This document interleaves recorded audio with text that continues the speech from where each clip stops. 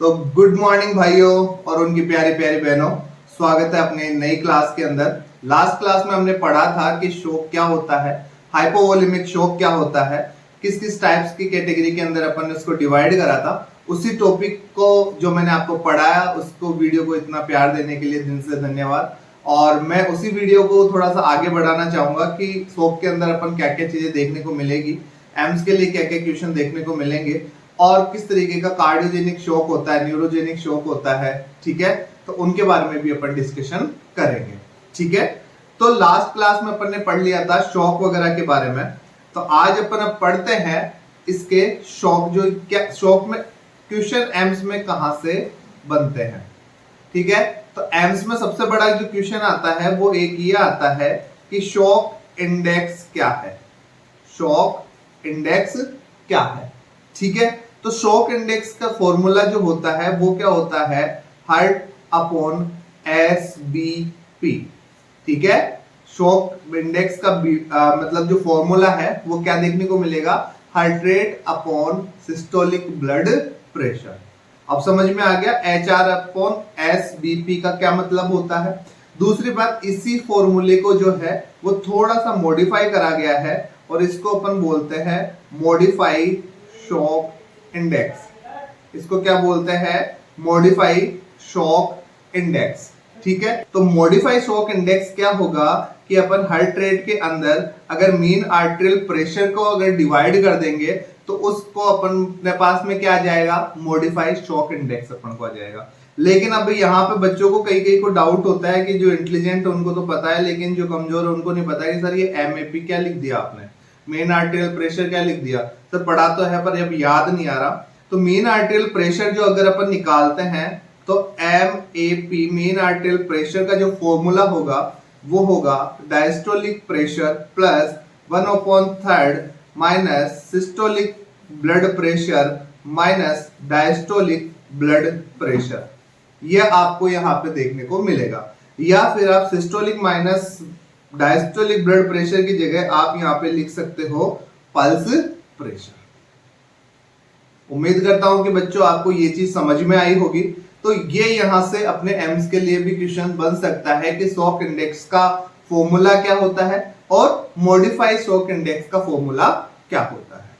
ठीक है, अब अपन आगे चलते हैं अपने नेक्स्ट पॉइंट की तरफ कि अपन अब पढ़ेंगे कि किस तरीके से जो शॉक होता है उनकी किस किस तरीके की कैटेगरी होती है, उनके बारे में क्या क्या अपन को स्टडी करनी है। ठीक है, मैंने आपको लास्ट क्लास में कहा था कि आने वाली जो सेकंड क्लास है उसके अंदर हम cardiogenic shock, neurogenic shock, septic shock, ठीक है, एनाफाइलेटिक शॉक, उनके बारे में अपन यहाँ पे स्टडी करेंगे। ठीक है, तो हाइपोवोलेमिक जो शॉक है उसको इन चारों से अपन कैटेगरी को डिवाइड करेंगे। सेप्टिक शॉक जो होता है उसको भी हम दो कैटेगरी में डिवाइड करेंगे कि वार्म सेप्टिक शॉक देखेंगे अपन और कोल्ड सेप्टिक शॉक देखेंगे।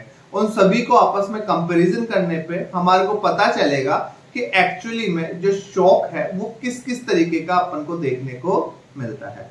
तो आइए चलते हैं आगे की क्लास के ऊपर। तो यहाँ पे मैं फर्स्ट कैटेगरी में यहाँ पे जो बना रहा हूं वो है हाइपोवोलेमिक शॉक।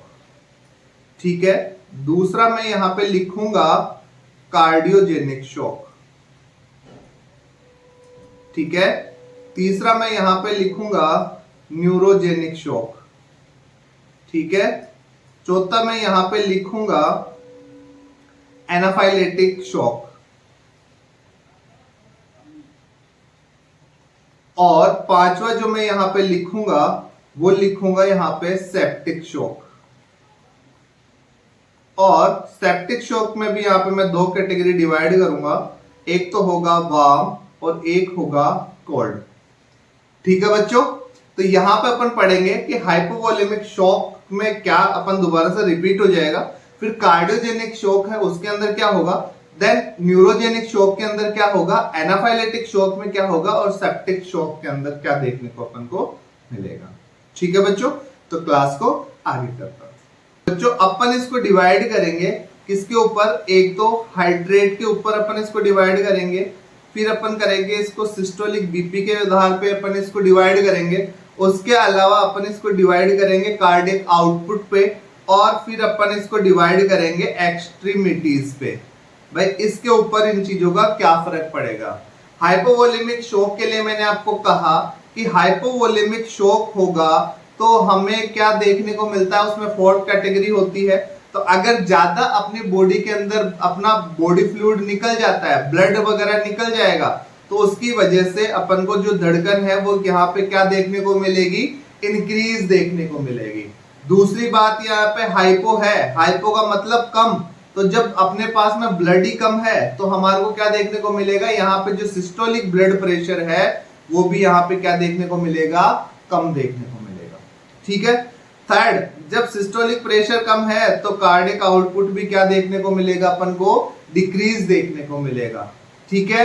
और एक्सट्रीमिटीज जो है वो यहाँ पे हमारे को कैसे देखने को मिलेगी, कोल्ड देखने को मिलेगी। यहां तक समझ में आया। लास्ट क्लास में मैंने आपको बताया था कि इसके अंदर हाइपोवोलेमिक जो शॉक होता है, फर्स्ट डिग्री जो होता है उसके अंदर नॉर्मल होता है, सेकंड डिग्री होता है उसमें हार्ट रेट जो है वो बढ़ भी सकती है और नॉर्मल भी रह सकती है।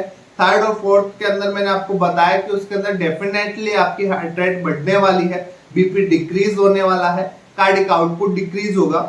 अब अपन पढ़ते हैं किसके अंदर, कार्डियोजेनिक शॉक के अंदर। ठीक है। कार्डियोजेनिक शॉक का जो एग्जांपल अपन लेते हैं वो मायोकार्डियल इंफार्क्शन ले लेते हैं। मायोकार्डियल इंफार्क्शन आपको पता है कि यहाँ पे जो मायोकार्डियल इंफार्क्शन है उसको अपन हार्ट अटैक के नाम से जानते हैं। ठीक है। तो इसके अंदर क्या देखने को मिलेगा कि इसके अंदर आपको एरिथमिया देखने को मिलेगा। एरिथमिया का आपको पता है कि ब्रेडिकार्डिया भी हो सकता है, यहाँ पे आपको टेकिकार्डिया देखने को भी मिल सकता है, या फिर आपको CHB कंप्लीट हार्ट ब्लॉक भी यहाँ पे देखने को मिल सकता है। तो यहाँ पे सिस्टोलिक बीपी है वो भी क्या हो जाएगा, डिक्रीज हो जाएगा। कार्डिक आउटपुट भी क्या हो जाएगा, डिक्रीज हो जाएगा। अब एक चीज बताइए, अगर आपका बीपी कम होता है तो आप कैसे हो जाते हो, आपकी एक्सट्रीमिटीज कैसे हो जाती है, कॉल्ड। यहां तक समझ में आया प्यारे प्यारे भाइयों और उनकी बहनों, यहां तक आपको बिल्कुल समझ में आ रहा है।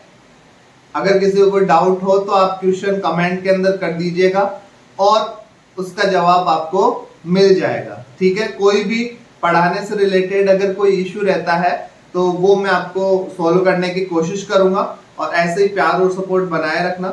आगे अपन बात करते हैं, क्या करते हैं, न्यूरोजेनिक शॉक के बारे में अपन बात करते हैं। अब आपको पता है कि न्यूरोजेनिक शॉक है, न्यूरॉन है तो न्यूरॉन की बात आती है तो स्पाइनल नर्व की बातें आती है कि नहीं आती, स्पाइनल कोड की बात आती है कि नहीं आती। तो अगर स्पाइनल कोड के अंदर अगर गड़बड़ हो गई, वहां पे किसी प्रकार की इंजरी हो गई तो क्या होगा, एडीआर जो है उसका लेवल क्या हो जाएगा, डिक्रीज हो जाएगा। सिंपैथेटिक सिस्टम है वो इनएक्टिवेट रहेगा, तो उसकी वजह से एडीआर की वजह से हार्ट रेट क्या हो जाएगी बच्चों, लो हो जाएगी। सिस्टोलिक अगर हार्ट रेट, अगर ब्लड ही पंप नहीं कर रहा, हार्ट ही पंप नहीं कर रहा, तो आपका सिस्टोलिक ब्लड प्रेशर भी डाउन देखने को मिलेगा। कार्डियक आउटपुट भी क्या देखने को मिलेगा, डाउन देखने को मिलेगा। एक्सट्रीमिटीज जो है वो भी यहाँ पे आपको कैसी देखने को मिलेगी, कोल्ड देखने को मिलेगी। यहां तक किसी को कोई डाउट। कार्डियोजेनिक शॉक में मैंने आपको कहा कि ये एक एमआई की अपन कंडीशन ले लेते हैं, मायोकार्डियल इंफार्क्शन की कंडीशन ले लेते हैं। हार्ट अटैक जो आता है उसमें अपन को एरिथमिया देखने को मिलेगा, या तो ब्रेडिकार्डिया देखने को मिल सकता है या फिर टेकिकार्डिया देखने को मिल सकता है।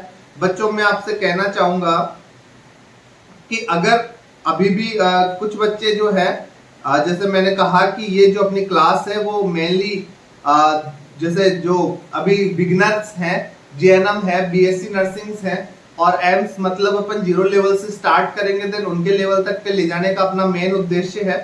तो मैं उनके भी डाउट्स क्लियर करना चाहूंगा कि एरिथमिया का मतलब क्या होता है और अपना ब्रेडिकार्डिया ट्रेकिकार्डिया का मतलब क्या होता है। एरिथमिया का तो बच्चों मतलब होता है इर्रेगुलर हार्ट रेट।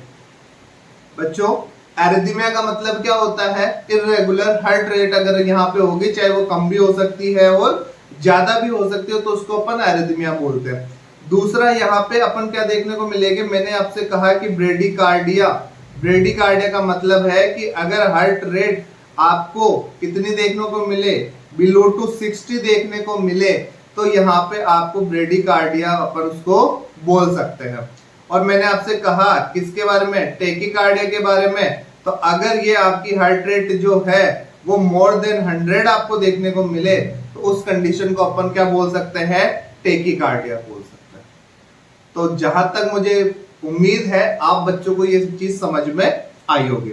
ठीक है, फिर मैंने न्यूरोजेनिक शॉक के बारे में बताया था कि स्पाइनल नर्व जो है, स्पाइनल कोड अगर उसकी इंजरी हो जाएगी तो सिंपैथेटिक सिस्टम इनएक्टिवेटेड हो जाएगा, जिसकी वजह से एडीआर, मैंने आपसे पहले कहा था कि जैसे ही हमारी बॉडी के अंदर हाइपोवोलेमिक शॉक होता है, सिंपैथेटिक सिस्टम एक्टिवेट हो जाता है, हार्ट रेट बढ़ जाती है। आई बात समझ में? तो यहाँ पे स्पाइनल इंजरी हो गई, नर्व की इंजरी हो गई, कॉर्ड की इंजरी हो गई किसी भी एक्सीडेंटल की वजह से, तो अब क्या होगा, एडीआर का लेवल यहाँ पे क्या हो जाएगा, कम हो जाएगा। उसके साथ में एडीआर जैसे ही डाउन पड़ा तो यहाँ पे हार्ट रेट डाउन, अपना सिस्टोलिक ब्लड प्रेशर डाउन, यहाँ पे अपना कार्डिक आउटपुट डाउन, और यहाँ पे हमारे को क्या देखने को मिलेगा, कॉर्ड देखने को मिलेगा। पैरालिटिक शॉक क्या होगा कि अगर आपको क्या हुई है, कोई भी ड्रग एलर्जी अगर हुई है तो उस कंडीशन में हो सकता है, या आपको क्या चढ़ा दिया गया है, मिसमैच, अगर आपका ब्लड ट्रांसफ्यूजन हुआ है तो उस कंडीशन में भी आपको एनाफाइलेटिक शॉक यहाँ पे देखने को मिलेगा। तो जैसे ही आप एक चीज बताइए, सीधा अपन प्रैक्टिकली बात करते हैं, अगर आपने कोई भी एक्सपायरी या एलर्जी करने वाली ड्रग्स आपने ले ली है तो आपका क्या देखने को मिलेगा, वहां पे आपको सेंसिटिविटी, हाइपर सेंसिटिविटी देखने को मिलेगी। फलस्वरूप आपकी जो धड़कन है वो क्या हो जाएगी, बढ़ जाएगी। वो क्या हो जाएगी, बढ़ जाएगी। दूसरी बात, यहाँ पे आपका जो बीपी है वो क्या हो जाएगा, डिक्रीज हो जाएगा। आपका कार्डिक आउटपुट है वो भी क्या हो जाएगा, डिक्रीज हो जाएगा। एक्सट्रीमिटीज जो है वो भी क्या हो जाएगी, आपकी कोल्ड हो जाएगी। ठीक है, अब एक्चुअली में अगर अपन बात करते हैं तो एनाफाइलेटिक जो शॉक है वो मेनली अगर देखा जाए तो अपने न्यूरोजेनिक शॉक के जैसे ही है, बिल्कुल सिमिलर ही है।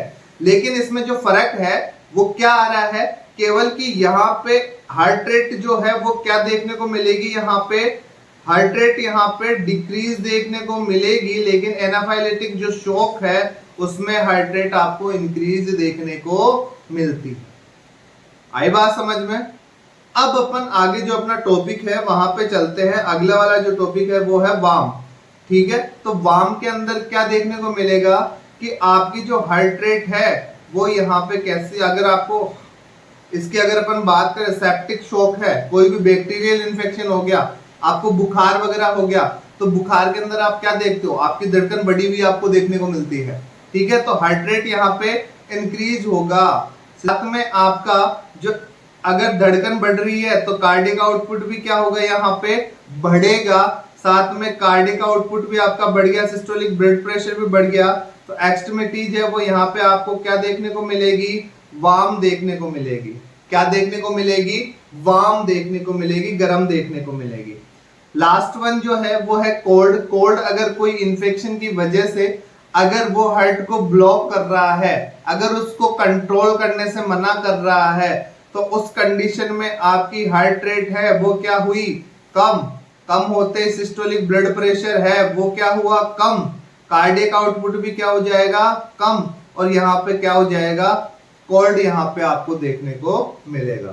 तो इस तरीके से हमारा जो शॉक है वो यहीं पे खत्म होता है। साथ में अपन पढ़ते हैं इससे आगे के टॉपिक के बारे में। थोड़ा सा एक जो क्वेश्चन है वो मैं आपको बताना चाहूंगा आपसे। अब जो मैंने पढ़ा दिया है तो मेरा क्वेश्चन ये है बच्चों आपसे कि ऐसा कौन सा टाइप का है, विच टाइप ऑफ शॉक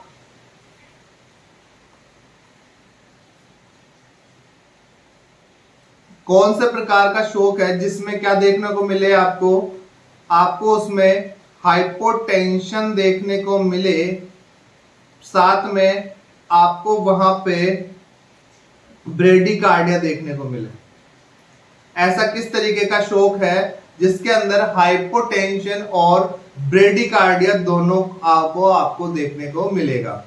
तो मुझे आप बताइए, हाइपोवोलेमिक जो शॉक है उसमें बीपी डाउन होगा, होगा कि नहीं होगा, लेकिन ब्रेडिकार्डिया वहां पे देखने को नहीं मिलेगा।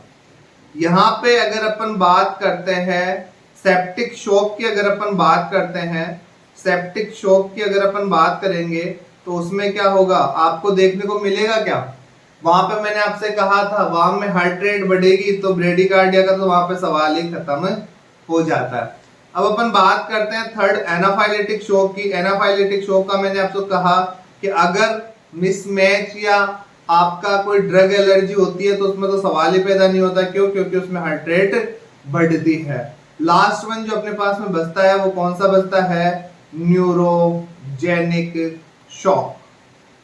क्या होता है, न्यूरोजेनिक शॉक। क्यों, क्योंकि इसके अंदर सर एडीआर जो है उसका लेवल क्या हो जाता है, डिक्रीज हो जाता है। सिंपैथेटिक जो सिस्टम है वो यहाँ पे क्या हो जाता है, इनहिबिट हो जाता है। उस चक्कर से हमारे को यहाँ पे हाइपोटेंशन और ब्रेडिकार्डिया यहाँ पे देखने को मिलता है। तो बताइए बच्चों, आपको समझ में आया कि नहीं आया, कुछ आपको स्पेशल यहाँ पे देखने को मिला या नहीं मिला। तो उम्मीद करता हूं कि ये चीजें आपको समझ में आई होंगी, और साथ में ये भी उम्मीद करता हूं कि ये जो मैं क्लास जो ले रहा हूं उसको आप अपने दोस्तों के साथ में, अपने जो कॉलेज के जो ग्रुप है उनके साथ में शेयर करें। एग्जाम के अगर पॉइंट ऑफ व्यू से अपन देखें तो ये सभी एग्जाम्स के लिए काफी बेटर होने वाला है। शॉर्ट एंड स्वीट के अंदर बिल्कुल इजी वे में मैंने इसको समझाने की कोशिश करी है और आपको समझ में भी आया होगा। शॉक, मैंने आपसे पहली क्लास में भी यही कहा था कि शॉक का नाम सुनते बच्चे शॉक हो जाते हैं कि ये टॉपिक है क्या, और जल्दी से समझ में भी नहीं आता। तो अपन ने इसको एक फ्लो चार्ट के माध्यम से बिल्कुल इजी वे में समझाने की कोशिश करी है, और जिस तरीके से आपने मेरे पहली वीडियो को प्यार दिया और इसका जो मतलब फर्स्ट पार्ट को प्यार दिया, उम्मीद करता हूं कि वैसा ही आप देंगे। और तब तक के लिए धन्यवाद, और मिलते हैं अपन नई क्लास के साथ में। और मैं आपसे कहना चाहूंगा कि अगर आपको किसी भी टॉपिक के रिगार्डिंग अगर कोई इश्यू रहता है तो आप मुझे कमेंट करके बता सकते हैं। अपना जो आगे आने वाला वीडियो है वो उसी के ऊपर बेस्ड होगा। तो तब तक के लिए जय हिंद, जय भारत, और नरसिंह वाले बाबा को प्यार और सपोर्ट ऐसे करते रहिए। जय हिंद, जय भारत, धन्यवाद। बस।